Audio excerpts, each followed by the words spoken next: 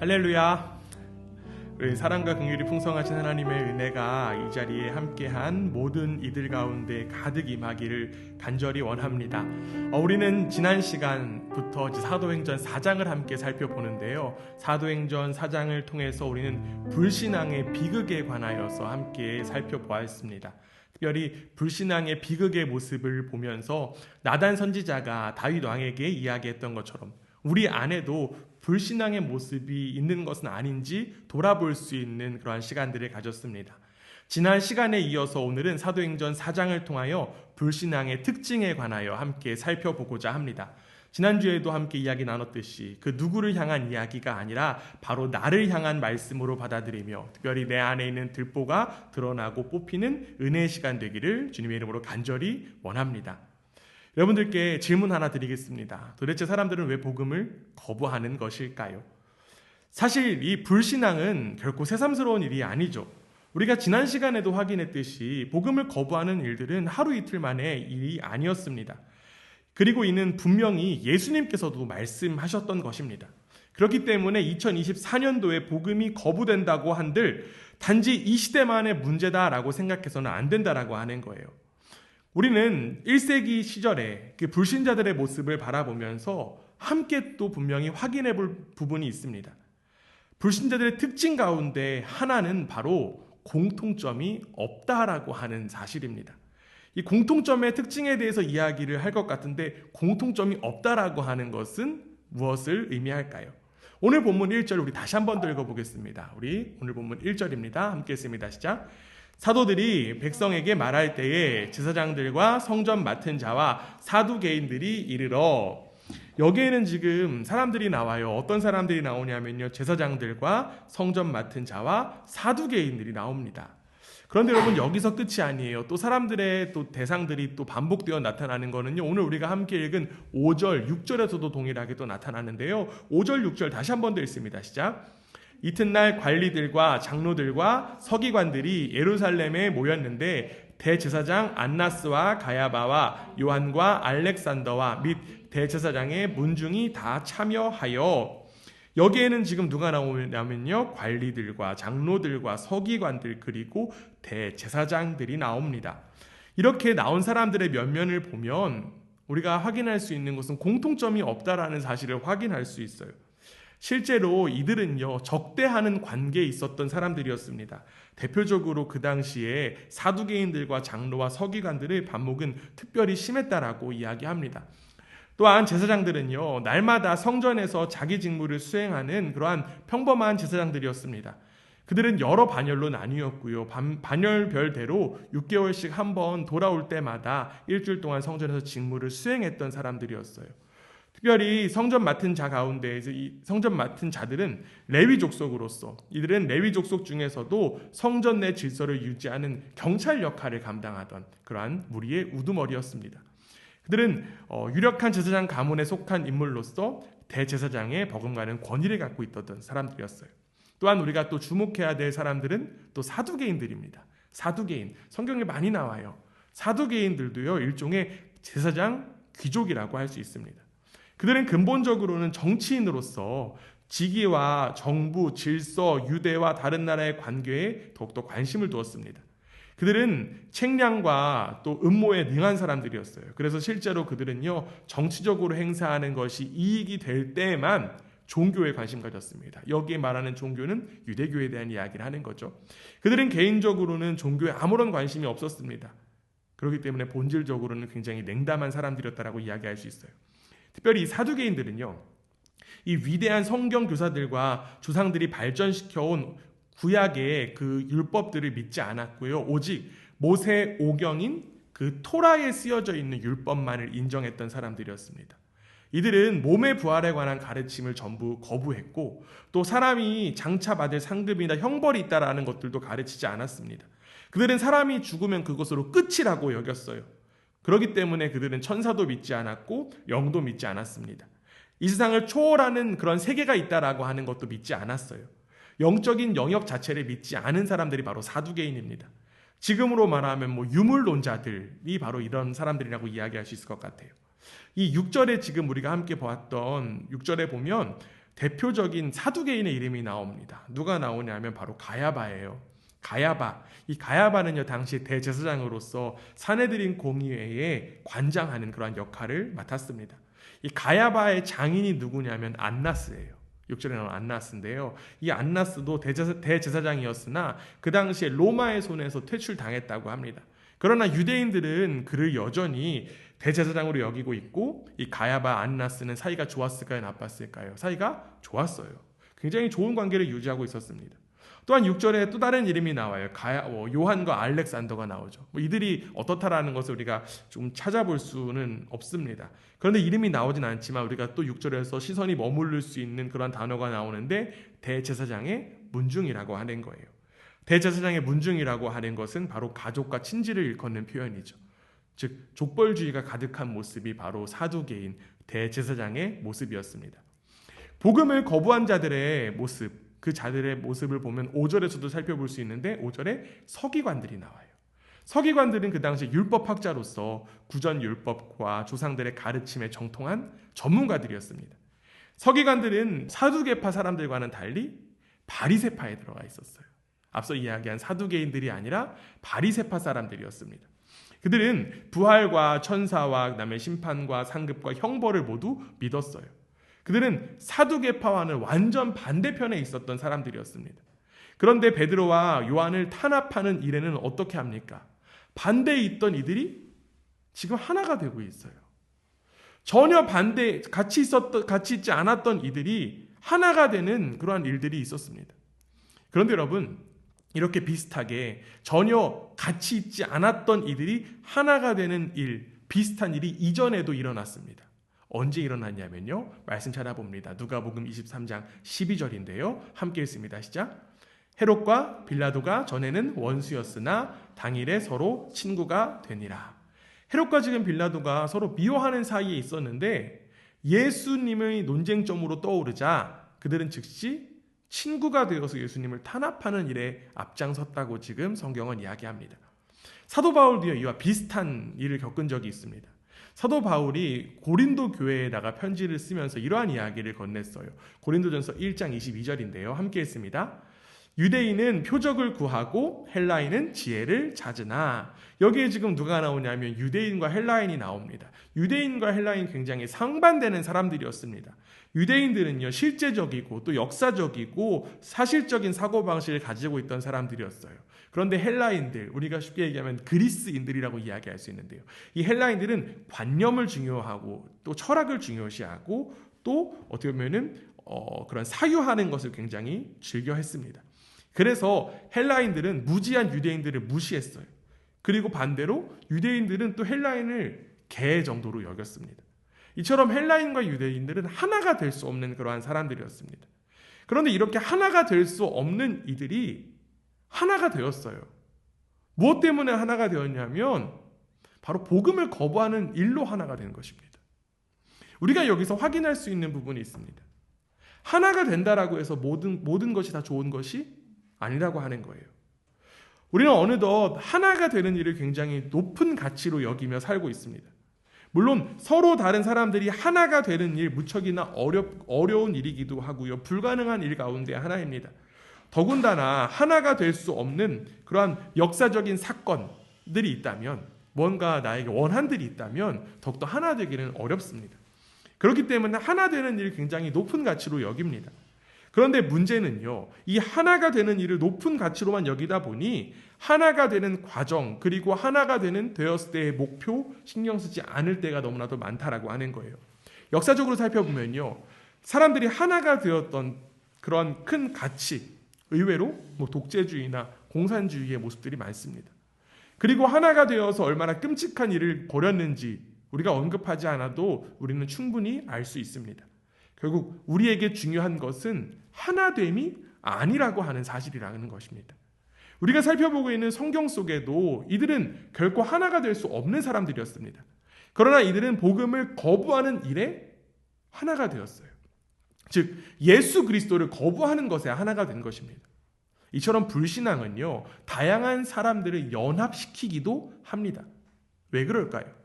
왜냐하면 불신앙은 또 다른 하나의 세력에 의해서 움직이기 때문에 그렇죠.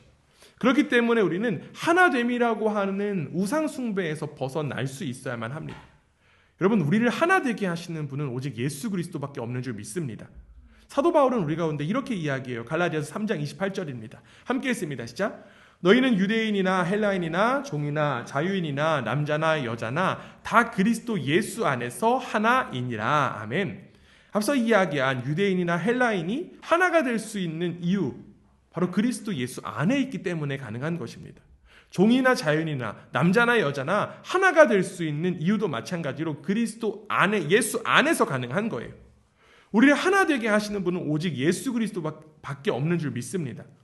이 공통점이 없었던 이들이 복음을 거부하는 일에 하나가 되었던 모습을 바라보면서 예수 그리스도 안에 있다라는 것보다 하나됨을 우선시하는 그 어리석음에서 벗어나는 우리 모두가 되기를 간절히 원합니다. 즉, 우리는 복음 안에서 하나 된 사람들입니다. 왜냐하면 우리는 절대로 하나가 될 수 없는 사람들이기 때문에 그렇죠. 하나가 될 수 없는 이들이 하나가 되는 것 단 두 가지밖에 없습니다. 복음 안에 있는가? 아니면 복음을 거부하는 것인가? 복음 안에 있다라고 하는 것 다른 표현으로 하면요, 죄인인 내가 죽고 오직 예수 그리스도가 주인 되시는 그 관계의 하나됨이라고 이야기할 수 있습니다. 반대로 복음을 거부하기 위한 하나됨은요, 자기중심성을 더욱더 확고히 하고 싶은 모습에 불과합니다. 자기중심적인 사고 속에서 이익을 위한 하나됨, 잠시 동안 이루는 거예요. 그러다 보니까 이익관계가 끝나면 어떻게 됩니까? 그 하나됨은 파괴될 수밖에 없는 거죠. 바로 그것들이 복음을 방해하는 세력의 공작일 뿐이라고 하는 사실이에요. 우리는 그 공작에서 벗어나 오직 누구 안에서 하나 되어야 된다라고요? 예수 그리스도 안에서 하나 되어야 함을 믿습니다. 특별히 우리 가라치 반석교회가 예수 그리스도 안에서 하나됨을 누리는 교회가 되기를 주님의 이름으로 축원합니다. 하나됨을 우선의 가치로 두기보다 나의 생명의 근원이신 예수 그리스도가 주인 되시는 관계, 그리고 예수 그리스도가 주인 되시는 하나됨이 될 때 우리는 비로소 진정한 하나됨을 누릴 수 있습니다. 자꾸만 하나됨을 주장하면서 죄인들의 방법을 가지고 하나됨을 가지려고 하는 모습들, 복음을 거부하는 모습에 불과합니다. 우리가 진정 예수 그리스도를 믿는다라고 하면 우리는 우리의 주인이신 예수 그리스도 안에서 하나 되어야만 합니다. 그것이 바로 복음 안에서 하나됨이라고 하는 사실을 기억하고 예수 그리스도 안에서 하나된 공동체로서 복음 전하는 일에 귀 쓰임 받는 우리 모두가 되기를 주님의 이름으로 축원합니다. 그렇다면 여러분, 우리는 이 공통점이 없이 불신앙으로 하나된 이들의 공통점 또한 찾아볼 수 있습니다. 즉, 우리는 복음을 거부한 이들의 공통점을 또 한번 찾아볼 수 있어요. 앞서 나온 특징은 공통점이 없음에도 불구하고 하나가 되었다라는 것인데, 이 공통점이 없어도 하나가 된 이들, 즉 복음을 거부하면서 하나가 된 이들 가운데에서도 공통점을 찾을 수 있다라고 하는 사실입니다. 그것은 바로 무엇이냐면 마음과 영적인 상태에 문제가 있다라고 하는 거예요. 불신앙의 원인은 머리나 지식에 있는 것이 아닙니다. 불신앙의 원인은 지식의 문제도 아니고 이해력의 문제도 아닙니다. 더욱더 근본적인 문제예요. 그것은 바로 인격의 중심부에 있습니다. 도대체 무슨 이야기일까요? 오늘 우리가 함께 읽었던 사도행전 4장 1절에서 2절 말씀을 다시 한번 더 읽습니다. 시작. 사도들이 백성에게 말할 때에 제사장들과 성전 맡은 자와 사두개인들이 이르러 예수 안에 죽은 자의 부활이 있다고 백성을 가르치고 전함을 싫어하여. 우리가 앞서 살펴본 이 사두개인들은요, 예수님의 부활을 믿지 않았죠. 그런데 여기에 중요한 표현이 한 가지 나옵니다. 바로 싫어했다라고 하는 거예요. 세번역 성경에는요, 이를 두고 격분하다라는 표현으로 이야기합니다. 즉, 이것은 단지 지적으로 내가 예수 그리스도의 부활을 믿지 않는다라는 의미가 아니라 감정의 영역이라고 이야기할 수 있는 거예요. 수많은 비그리스도인들은요, 이러한 이야기들을 내놓곤 합니다. 그리스도인들은 감정에 치우친 사람들이야. 그들은 느낌의 영역에 갇혀 살면서 감정에 이리저리 치우치고 또 우왕좌왕하는 사람들이야. 이러한 의견을 내놓는 불신자들, 자신들은 객관적이고 사실적인 사람들이라고 평가하곤 합니다. 그러나 지금 성경은 분명하게 이야기합니다. 불신앙의 사람들도요, 마찬가지로 격렬한 감정을 드러냈다라고 하는 거예요. 물론 이 같은 격렬함은요, 우리와 같은 그리스도인들에게도 나타나는 특징 가운데 하나입니다. 여러분, 격정 없이 복음을 믿을 수 없죠. 왜 그렇습니까? 하나님의 정말 하나밖에 없는 아들 예수 그리스도를 이 땅 가운데 보내셔서 십자가에 죽게 허락하셨다라고 하는 것, 그 사실을 믿는 이들은 당연히 반응할 수밖에 없습니다. 소리 지를 수밖에 없어요. 그렇기 때문에 그리스도인들은 격정에 사로잡히지 않을 수 없습니다. 그런데 지금 우리가 살펴보고 있는 이 복음을 거부하는 이들도 마찬가지로 지금 격정에 사로잡힙니다. 오늘 우리가 함께 읽은 사도행전 4장 7절 한번 볼게요. 함께 읽습니다. 시작. 사도들을 가운데 세우고 묻되 너희가 무슨 권세와 누구의 이름으로 이 일을 행하였느냐. 이 문장을요, 헬라어 원어로 좀 번역을 다시 하면 이렇게 돼요. 사도들 가운데 세우고 묻되 무슨 권세와 누구의 이름으로 이 일을 행하였느냐? 너희가. 헬라어 원문에는요, 너희가라고 하는 표현이 가장 마지막으로 나타납니다. 즉, 이 표현에는 빈정거림과 경멸감이 포함되어 있는 거예요. 너희가 이 흥분과 관심의 주인공이라고, 이 사람들이 너희의 말을 들으러 왔다고, 네가 뭔데? 너희들이 뭔데 그러냐고. 그들은 절대로 차분하고 냉정한 지성 가지고 이야기하지 않았습니다. 이처럼 불신앙에는요, 이러한 특징이 있어요. 단지 불쾌함의 부분이 아니라 격정의 문제라고 하는 것입니다. 그렇다면 여러분, 이 유대 지도자들이 복음 앞에서, 특별히 이 사도들 앞에서 격정적인 감정을 나타낸 이유가 무엇이었을까요? 그들은 자신의 자존심이 상했기 때문이었을 것입니다. 그들은 악의가 없는 두 사람을 체포해서 옥에 가두고 재판에 회부한 이유가 무엇이었을까요? 두 사람이 자신들의 권위를 위협했기 때문이라고 여겼기 때문에 그렇죠. 앞서 이야기한 것처럼 사두개인, 바리새인, 서기관, 헤롯당, 성전을 맡은 자는 사회 지도층 인사들로서 일반 대중들이 늘 올려보았던 그런 사람들이었습니다. 이 지도자들은요, 자칭 사도라고 하는 이 두 사람의 존재를 보고 참을 수가 없었겠죠. 이 두 사람은 선생으로서 자신들이 차지하고 있던 그러한 지위와 평판을 위협하고 있었습니다. 특별히 우리가 계속 살펴보았던 사두개인들은, 그들은 부활이 없다고 믿고 그 부활이 없다고 가르쳤습니다. 그런데 지금 이 두 사도가 뭐라고 이야기하냐면 예수가 죽은 자 가운데서 부활했다라고 하는 지금 설교를 하는 거예요. 그러니까 그들이 격정적으로 반응할 수밖에 없는 거예요. 여러분, 현대인들도 마찬가지입니다. 현대인들도요, 이 과학이 우주를 완전하게 설명해 준다라고 여기며 만물은 과학이 규정한 범위 안에 있다라고 믿습니다. 그런데 갑자기 복음이 침입해서 그 믿음을 송두리째 흔들어요. 복음의 기적.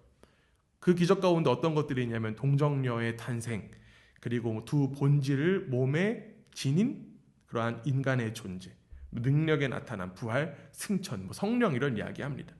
이에 사람들이 이런 반응하죠. 야, 말도 안 돼. 그런 일이 어떻게 일어날 수 있어? 왜 이런 반응합니까? 복음이 자신들을 바보로 만들기 때문에 그렇죠. 복음이 자신들을 무시한다라고 여기기 때문에 그렇습니다. 자신들의 가르침을 전면적으로 부인하기 때문에 그래요. 이것이 바로 오늘 성경에 나온 사람들이 느낀 감정이었습니다. 그들은 사도들이 죽은 자 가운데서 부활하신 예수님을 통해서 설교하는 것에 질투심을 느꼈습니다. 이렇게 질투하는 사람들 항상 있었습니다. 그리스 철학자들이 이 복음과 예수 그리스도를 불쾌하게 여긴 그런 모습들도 마찬가지였습니다. 세상은 항상 이 그리스 철학자들의 발치에 앉아서 지혜를 구했어요. 그런데 어느 날 갑자기 지적인 훈련이라고는 전혀 없는 그런 별볼이로는 목수 한 명이 나타나더니 나는 세상의 빛이다. 나는 길이요 진리요 생명이다라는 주장을 하기 시작한 거예요. 그것을 인정한다면 자신의 권위와 또 위엄과 지위는 찾을 수 없겠죠. 그렇기 때문에 그들은 질투라는 감정이 동반될 수밖에 없었을 것입니다.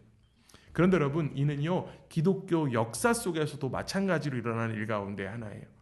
기독교가 하나의 종교로 전락했을 때 기독교도 그들과 똑같은 행동을 합니다. 중세 시대에 이르러 로마 가톨릭 교회는요 기독교를 하나의 종교로 변질시켰습니다.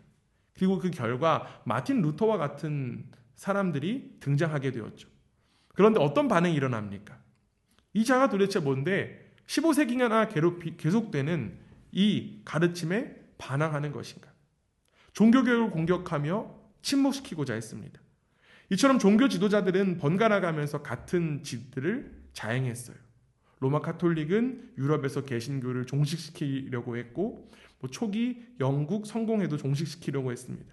그리고 그 다음에 이 영국 성공회가 청교도들을 탄압하는 그런 일들이 일어나죠. 마찬가지로 오늘날에도 수많은 종교 지도자들이 자신의 권위에 기대서 사람들을 침묵시키려고 합니다. 신앙의 본질과는 상관없는 일에 권위를 내세우면서 격분하는 일들이 여전히 자행되고 있다는 것입니다. 결국 이것은 모두 자존심에서부터 나온 일이고 질투와 시기에서부터 비롯된 것입니다. 자신들이 권위를 부여한 적이 없는데 무슨 권위를 가르치느냐라고 하는 생각들을 하는 거예요. 그리고 이것이 바로 불신앙을 낳는 핵심의 원인이었습니다. 이처럼 불신앙은요, 머리에 있지 않습니다. 그보다 더 깊은 곳에 있습니다.